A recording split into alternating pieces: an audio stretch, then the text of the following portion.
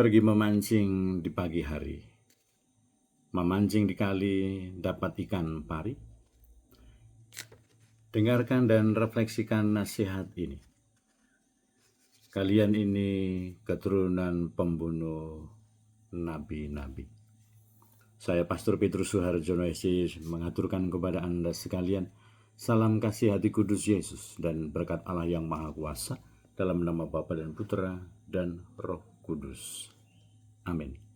Pada kesempatan ini bersama-sama kita akan mendengarkan dan sekaligus merenungkan bacaan Injil dari Injil Matius bab 23 ayat 27 sampai 32. Bacaan Injil ini juga menjadi bahan permenungan kita dalam perayaan Ekaristi Hari Biasa Pekan Biasa ke-21, Rabu 27 Agustus 2025, gereja mengadakan peringatan wajib Santa Monica.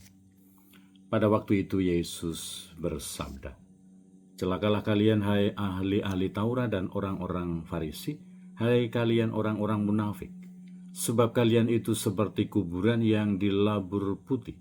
Sebelah luarnya memang tampak bersih, tetapi dalamnya penuh tulang belulang dan berbagai jenis kotoran.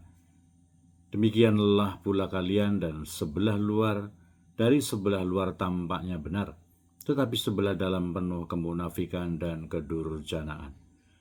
Celakalah kalian hai ahli-ahli Taurat dan orang-orang Farisi, hai kalian orang-orang munafik. Kalian membangun makam bagi nabi-nabi dan memperindah tugu peringatan bagi orang-orang saleh. Dan sementara itu kalian berkata, seandainya kami hidup pada zaman nenek moyang kita, tentulah kami tidak ikut membunuh para nabi. Tetapi dengan demikian kalian bersaksi melawan dirimu sendiri bahwa kalian keturunan pembunuh nabi-nabi itu. Jadi penuhilah takaran para leluhurmu." Demikianlah sabda Tuhan. Terpujilah Kristus.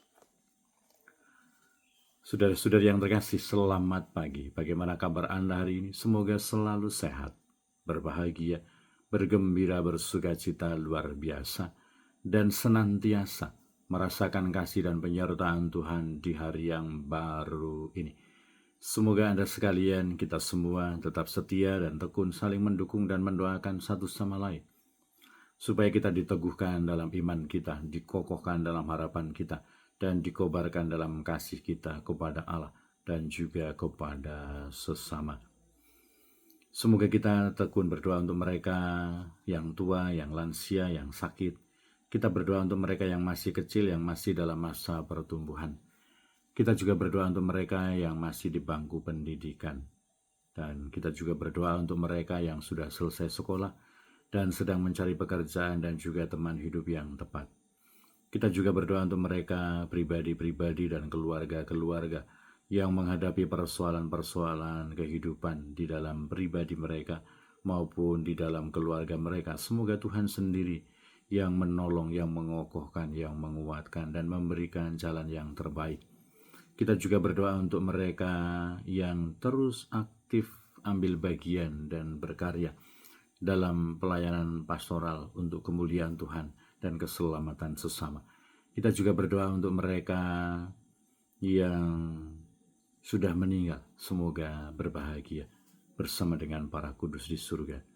Dan saya juga tetap mengajak Anda sekalian berdoa untuk segenap panitia tabisan Imam Keuskupan Timika yang akan dilaksanakan tanggal 18 Oktober nanti. Semoga dikaruniai kesehatan yang baik, iman yang teguh, semangat persaudaraan, dan juga semangat tanggung jawab untuk memuliakan Tuhan dan melaksanakan tugas-tugas dan pekerjaan yang dipercayakan. Dan selamat merayakan pesta pelindung, pesta nama pelindung. Bagi Anda sekalian, pribadi-pribadi, kombas-kombas, wilayah-wilayah, stasi-stasi, paroki-paroki, dan komunitas umat beriman yang bernaung di bawah nama Santa Monica. Semoga berkat doa dan teladan Santa Monica, kita akan semakin dikokohkan dalam upaya kita untuk terus dekat dengan Tuhan, membawa semakin banyak orang dekat dengan Tuhan, dan mendoakan semua orang yang ada di sekitar kita. Khususnya untuk Kombas Santa Monica, selamat merayakan pesta pelindung. Semoga Tuhan senantiasa melimpahkan berkat, rahmat kesehatan, sukacita, iman yang teguh, kegiatan dan kerjasama dan juga semangat untuk terus berpartisipasi di dalam kegiatan dan juga kehidupan Kombas dan juga paroki. Dan kiranya bahwa nasihat yang disampaikan oleh Yesus kepada orang-orang Farisi, kepada ahli-ahli Taurat, juga menjadi bahan refleksi dan pembelajaran untuk kita, menjadi peringatan untuk kita. Apakah hidup kita adalah hidup yang sejalan, yang selaras dengan kehendak Tuhan? Tuhan menghendaki, hendaklah kamu kudus, hendaklah kamu sempurna, seperti Bapamu di surga sempurna adanya.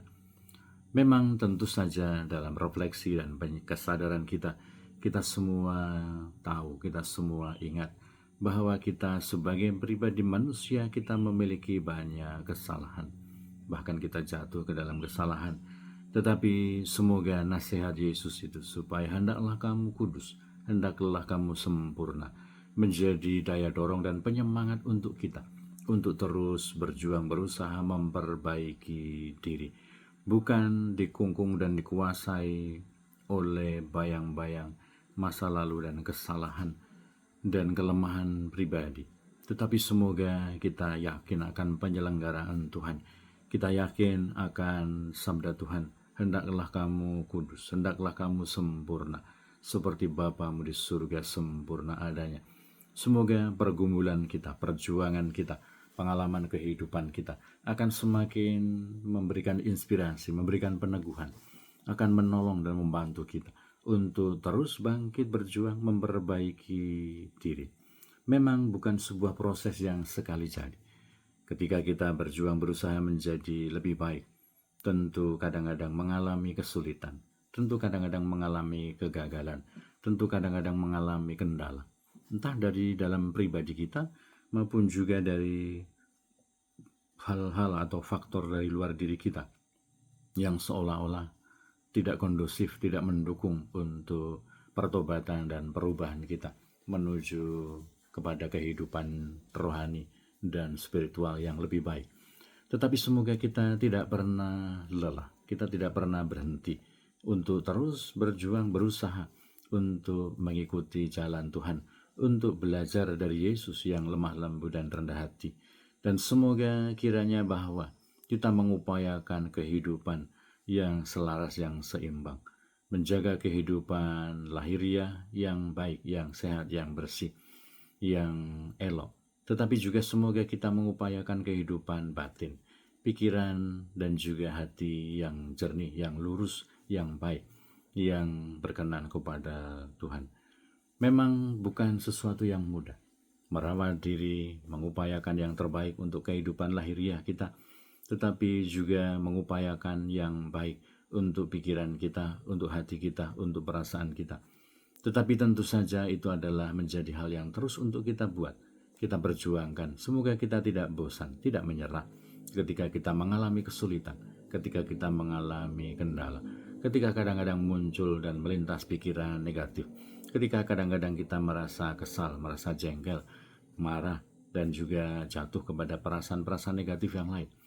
Tetapi semoga kita tetap terus berjuang untuk senantiasa mempersembahkan dan menguduskan pikiran kita, hati kita, perasaan kita, hidup kita, supaya menjadi hidup yang lebih pantas, yang lebih berkenan kepada Allah. Dan kiranya bahwa semoga kita tidak hanya mengandalkan kekuatan dan kehebatan pribadi, tetapi semoga kita tekun berdoa, mohon kepada Tuhan, mohon rahmat Allah, supaya kita dikuatkan untuk memiliki pikiran yang jernih, memiliki hati yang bersih, memiliki kehendak yang baik, memiliki pola hidup dan juga habitus, kebiasaan hidup yang tentu saja mengarahkan hidup dan diri kita kepada kekudusan, kepada kesempurnaan, karena Bapa di surga juga sempurna adanya. Sebagai para pengikut Tuhan Yesus Kristus, semoga kita tidak pernah lelah, kita tidak pernah bosan untuk senantiasa bertumbuh berkembang dalam kehidupan secara pribadi, secara lahiriah, secara spiritual dan psikologis, untuk senantiasa mengupayakan hidup yang berkenan kepada Tuhan. Berkat Allah yang Maha Kuasa dalam nama Bapa dan Putra dan Roh Kudus.